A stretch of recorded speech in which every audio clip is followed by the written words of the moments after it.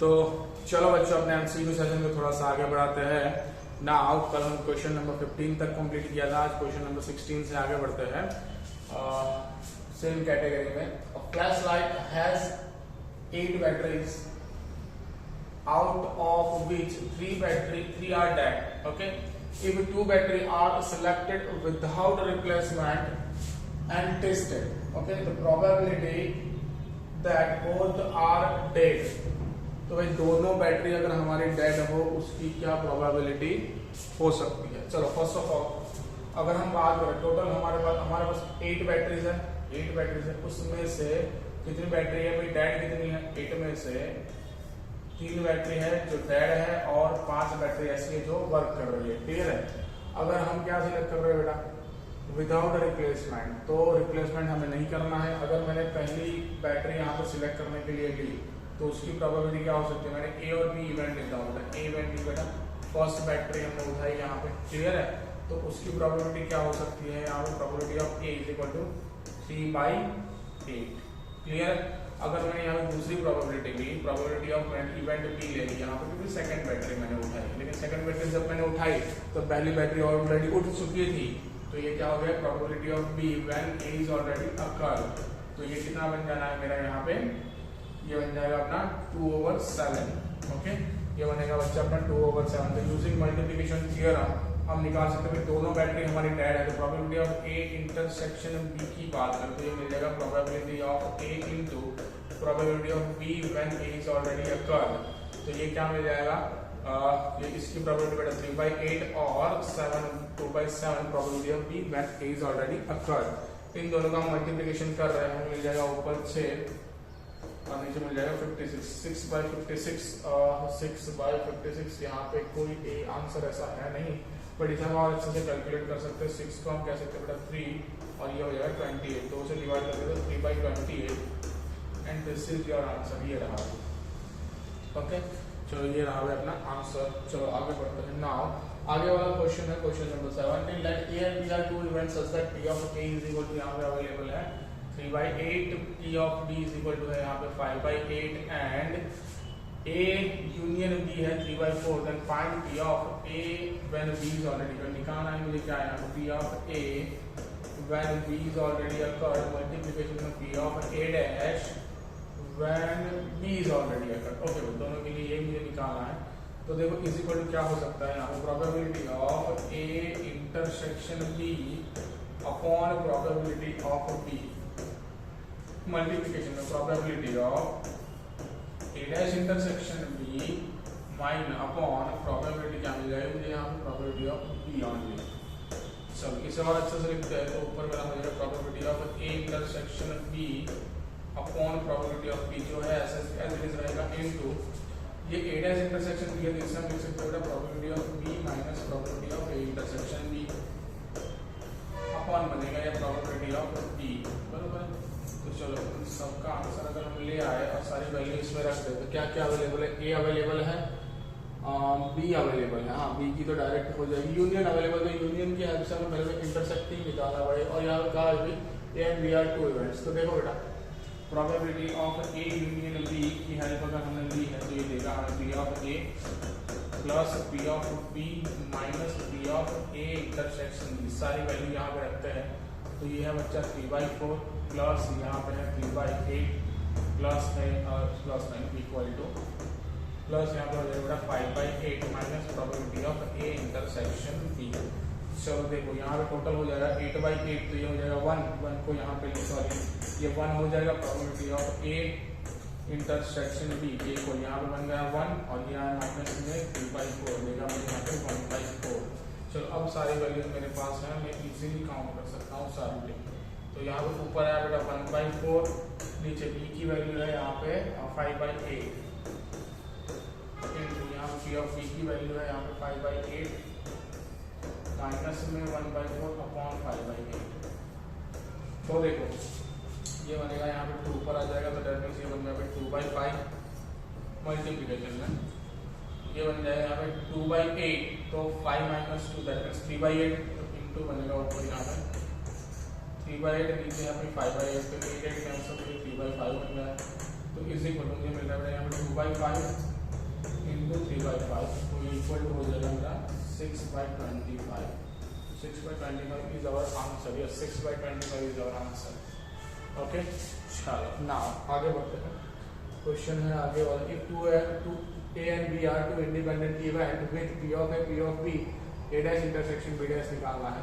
पर अगर दो इवेंट इंडिपेंडेंट है तो तुरंत दिमाग में ये चीज खटकनी चाहिए. Probability of A intersection B equal probability of A into probability of B. ये इंडिपेंडेंट इवेंट के लिए क्या है हमारे पास कंडीशन है. ओके चलो ना आगे बढ़ते बेटा.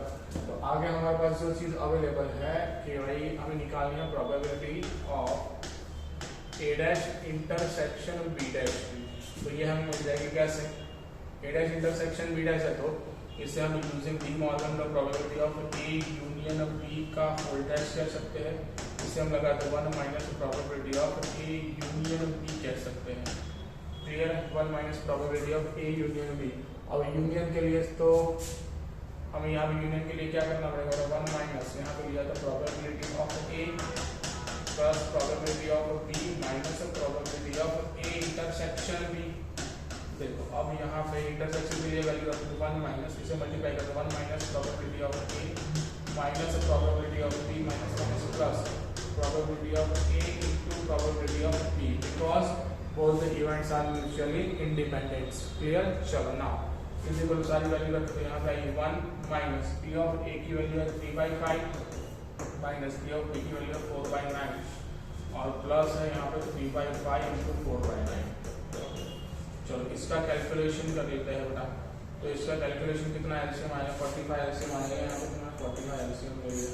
नाउ ऊपर यहाँ पे आएगा मेरा 45 माइनस 9 से मल्टीप्लाई किया तो हो जाएगा मैं 27 माइनस यहाँ पे 5 से मल्टीप्लाई किया होगा 20.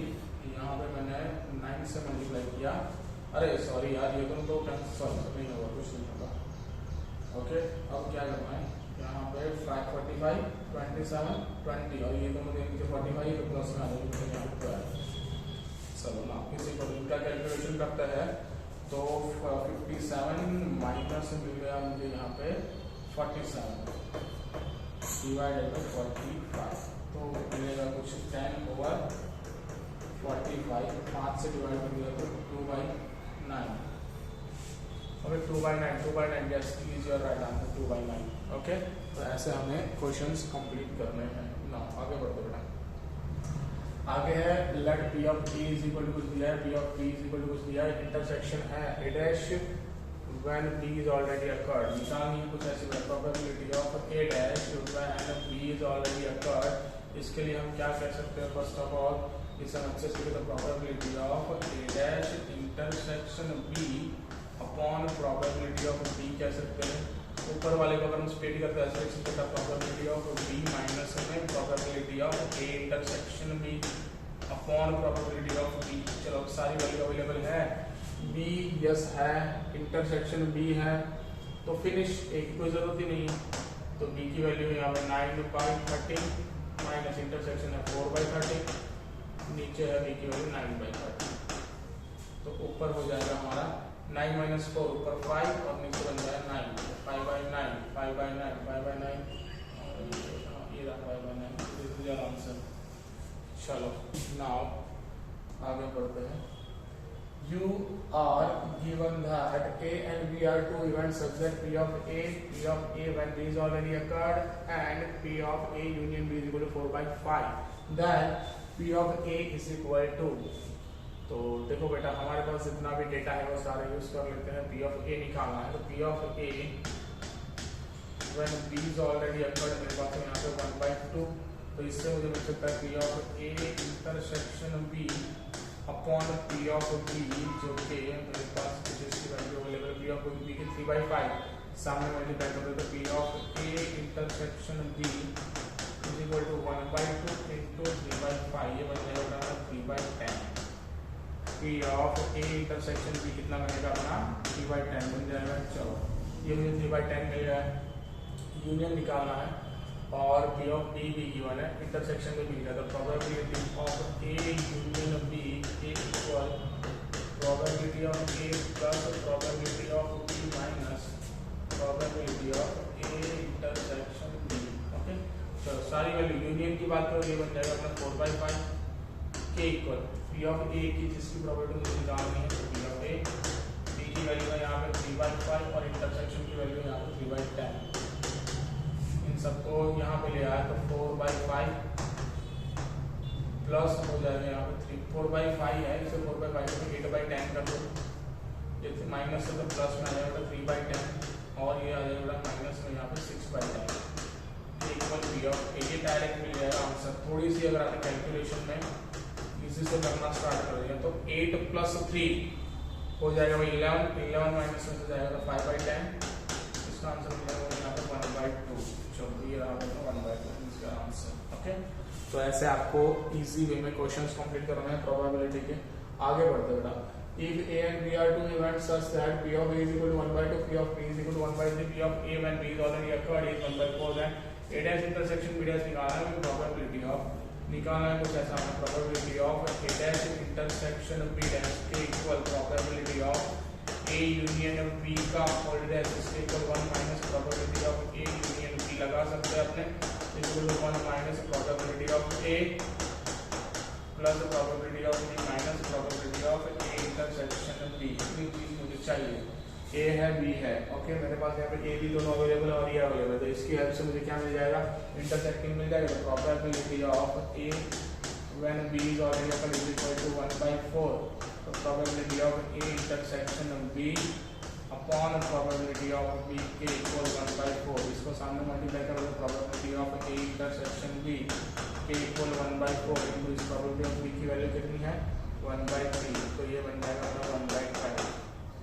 चल सारी वैल्यू यहाँ कर दो तो 1 माइनस P ऑफ A अपना 1/2 माइनस P ऑफ B हो जाएगा 1/3 माइनस ये क्या बन जाएगा, यहाँ पे कंफ्यूजन है भाई, confusion A when B is already occurred. तो ये एक कंफ्यूजन ऐसा है कि यहाँ पे हमें ऐसा थोड़ी कहा कि दोनों इवेंट कैसी है एक दूसरे से इंडिपेंडेंट है, ऐसा तो कहा ही नहीं। तो प्रोबेबिलिटी ऑफ B अब हमें निकालनी है, यहाँ पे कौन सी वाली प्रोबेबिलिटी निकालनी है, हाँ बट सेम ही आएगी। चलो तो यही तो मिल जाएगा, तो प्रोबेबिलिटी ऑफ A इंटरसेक्शन भी तो बराबर है मेरे पास, चलो ठीक आएगा 1/4 इंटू 1/3 के मुझे मिलेगा 1/4 राइट है। चलो माइनस माइनस प्लस हो जाएगा 1/12। तो देखो ये बनेगा कुछ 12 आएगा मेरा एलसीएम, तो यहाँ पे आ जाएगा मेरा 12 माइनस में 6 माइनस में 4 प्लस में 1, तो 13 minus 10 3/12 is equal to 1/4। Check कर लो भाई 1/4 से आंसर। ओके, तो ऐसे आपको यहाँ पे आगे बढ़ जाना है, ऐसे आपको यहाँ पे क्वेश्चन कंप्लीट कर लेने हैं। चलो हाँ, क्वेश्चन नंबर आ रहा है 22। Into unbiased die are thrown, the probability that sum of numbers appearing on top face of two die is 12। तो भाई क्या कहा है कि भाई पहले तो दो डाई को अगर आप थ्रो करो तो नंबर ऑफ सैंपल्स इसमें कितने एलिमेंट मिल रहा है, 36 एलिमेंट मिल रहा है, क्लियर है। और कहा गया सम ऑफ नंबर, तो सपोज मैं इवेंट ई यहाँ पे ले लेता हूँ, यहाँ पे probability that sum of numbers appearing on the top, sum of number appearing on the top face of a two die is 12। तो ये दोनों डाई में अगर तो उनका सम यहाँ एक ही एलिमेंट मिल जाएगा, 6 से ही मिल जाएगा, बराबर है। अगर 6 से मिल गया तो प्रोबेबिलिटी ऑफ ई कितनी आ जाएगी यहाँ पे 1/36।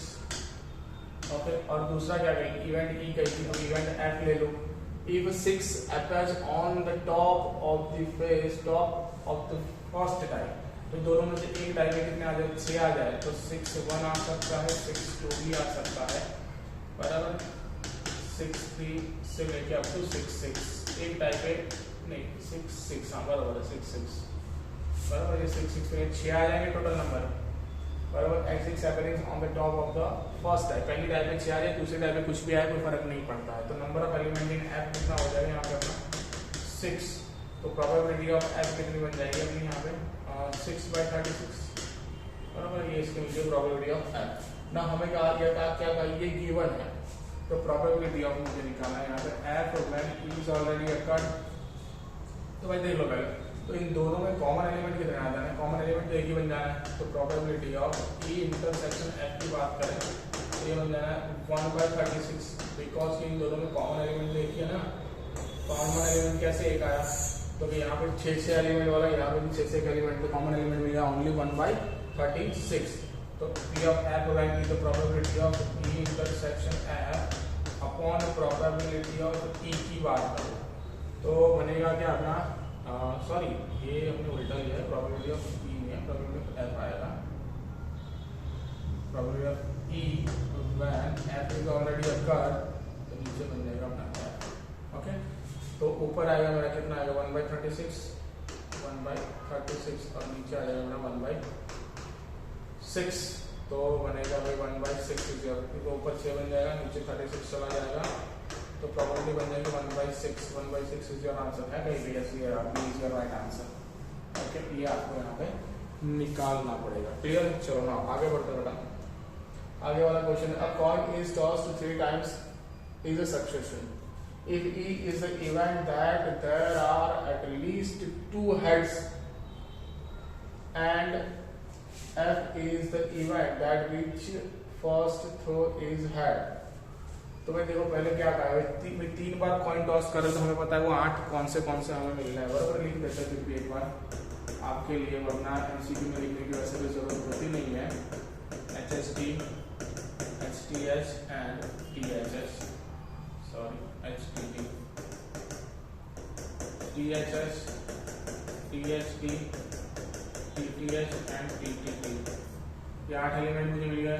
नाउ इवेंट ई कह रही है, इवेंट तो number of element in S, so number of element in S is equal to यहाँ पे 8। नाउ इवेंट कह रही है that there are at least 2 head, भाई मिनिमम 2 हेड हो जाए, तो यार 2 हेड तो होनी है, तो HHT हो जाएगा, HTH हो जाएगा, THH हो जाएगा, मिनिमम 2 तो होनी, 3 भी चलेंगे तो HHH भी तो आएंगे, मिनिमम है तो मैक्सिमम वैल्यू के अंदर आ सकती है। क्लियर है, that means number of element in E कितना होगा, तो number of element in E मुझे मिल जाएगा 4, तो प्रोबेबिलिटी ऑफ इवेंट ई मिल जाएगा मुझे 4/8, बराबर है, ये यहाँ पे 1/2। ना एफ की बात कर ले, एफ में क्या है, event in which first throw is head, first throw is, पहले थ्रो में हेड होना चाहिए, तो एच, पीछे वाले भले ही चेंज होते रहे, बराबर, तो एच और टी भी हो सकता है, HTH भी हो सकता है और HTT भी हो सकता है। क्लियर है, तो number of element in F कितना मिल गया मुझे यहाँ पे 4, तो प्रोबेबिलिटी ऑफ एफ कितना मिल गया मुझे यहाँ पे 4/8 मिल गया 1/2। ना यहाँ से अगर मैं आगे बढ़ गया तो देख लो बच्चा, ये दोनों का इंटरसेक्शन लिया हमने, ई इंटरसेक्शन एफ लिया, कितना एलिमेंट मुझे कॉमन मिल रहा है भाई, देखो एक हाँ HTT, एक तो HH भी मिल रहा है कॉमन, बराबर, HHT भी मिल रहा है कॉमन, HTH भी मिल रहा है कॉमन, बस THS नहीं है, बाकी 3 एलिमेंट कॉमन है, तो number of element in E intersection F में कितना एलिमेंट आ जाएगा बेटा 3, तो इसकी प्रोबेबिलिटी कितनी होगी, नंबर ऑफ, तो प्रोबेबिलिटी हो जाएगी probability of E intersection F equal 3/8।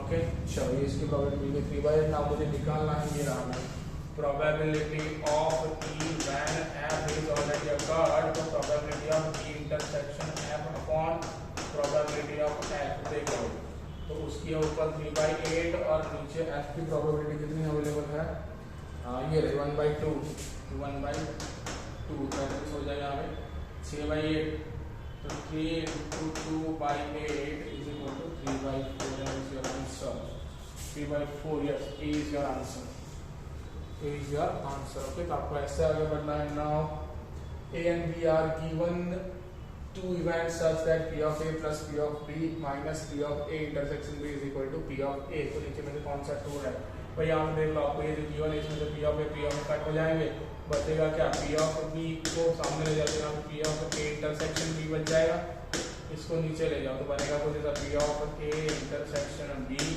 Upon P of B के इक्वल 1, तो ये बन जाएगा P of A when B is already equal 1, P of A when B, हाँ B is your right answer, P equal 1। Clear, तो ये आ गया आपका आंसर। आगे बढ़ता है, A dash union B dash upon C, तो भाई given इसके इक्वल नीचे कौन सा, चलो इसे सॉल्व करके देखते हैं भाई।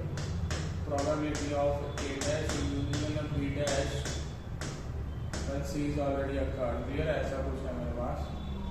हाँ जी. चलो इसके इक्वल अगर मैं तो probability of क्या आ जाएगी? पहले यहाँ पे डी मॉर्गन लगा दो. तो A इंटरसेक्शन B का whole dash when C is already occurred upon is equal to अगर बात करें तो 1 minus probability of A intersection B when C is already occurred, ऐसा कुछ हो जाएगा. is equal to 1 minus probability of, यहाँ पे लगा तो probability of A intersection B intersection C upon probability of C A intersection B intersection C, but यहाँ पे ऐसा कुछ given है. तो 1 minus probability of A intersection B when C, ये रहा यही का आंसर आ गया. A is your right answer. देख लो भाई. 1 minus probability intersection B when C is already occurred. ये आ गया आंसर. आगे कुछ करने की जरूरत कहाँ है? ये आ गया सिंपल वे में. Now if 1 minus probability of A intersection B when C is already occurred, okay, तो आप ऐसे आंसर किसी वे में निकाल सकते हो ना. आगे बढ़ जाओ. A and B are events such that P of A is not equal to 0, P of B is not equal to 1, then P of A dash, P of ये बार है इसको हम dash कहते हैं. P of A dash when B dash is already occurred, तो ये हो जाएगा probability of A dash intersection में B dash upon probability of B dash. नीचे देखो सब में जितने भी ऑप्शन दिए सब में नीचे B dash दिख रहा है. उसके अलावा चलो देखते हैं तो probability of A union B का whole dash upon probability of B dash, बराबर. तो ये क्या हो जाएगा 1 minus probability of A union B upon probability of B dash, तो बार करते हो बार. तो देखो सी ऑप्शन आपका सेट कर जा रहा है. C is your right answer. Okay, ये आ गया आपका आंसर. नाउ आगे वाला question. In a college 12% student fail in mathematics, 25% fail in physics, 12% fail in both the subject. Maths में फेल होने वाले स्टूडेंट की प्रोबेबिलिटी, परसेंटेज माने डायरेक्ट प्रोबेबिलिटी, जो भी जिस परसेंटेज में दी है वो मुझे क्या देगी? डायरेक्ट प्रोबेबिलिटी देगी. तो प्रोबेबिलिटी ऑफ मैथमेटिक्स में फेल होने वाले 12%, तो 12% जिसे क्या हम 0.12 कह सकते हैं.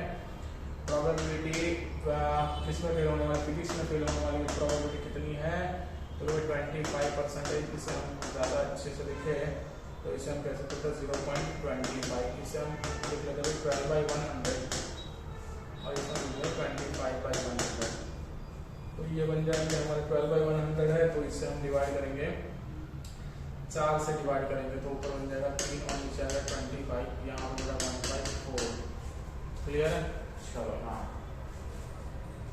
आगे बढ़ते हैं. मतलब दोनों में फेल होने वाले हैं वो कितना है? 12%. तो वही प्रोबेबिलिटी ऑफ मैथ्स में भी फेल है और फिजिक्स में भी फेल है, उसमें है 12%. तो ये हमारे 3/25%. ये कितने हैं? दोनों में फेल होने वाले हैं, मैथ्स में और फिजिक्स में दोनों. पूछा क्या है? Then probability of event student fail in maths if fail in physics. तो कहा प्रोबेबिलिटी ऑफ फाइंड करो फिजिक्स में फेल है देन मैथ्स में भी फेल है.